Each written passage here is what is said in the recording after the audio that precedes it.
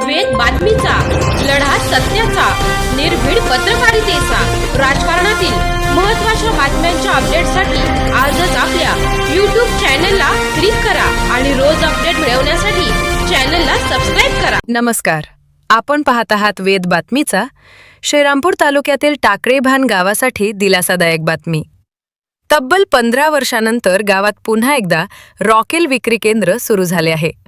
त्यामुळे कार्डधारकांची गैरसोय दूर होणार असून ग्रामस्थांनी समाधान व्यक्त केले आहे.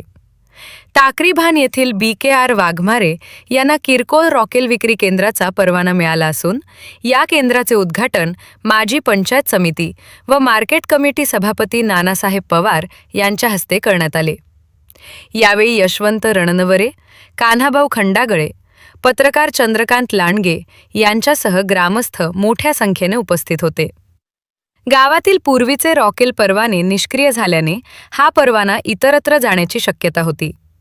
मात्र स्थानिक लोकप्रतिनिधी आणि ग्रामस्थांच्या पाठपुराव्यामुळे हा परवाना टाकळीभानलाच मिळाल्याचे BKR वाघमारे यांनी सांगितले.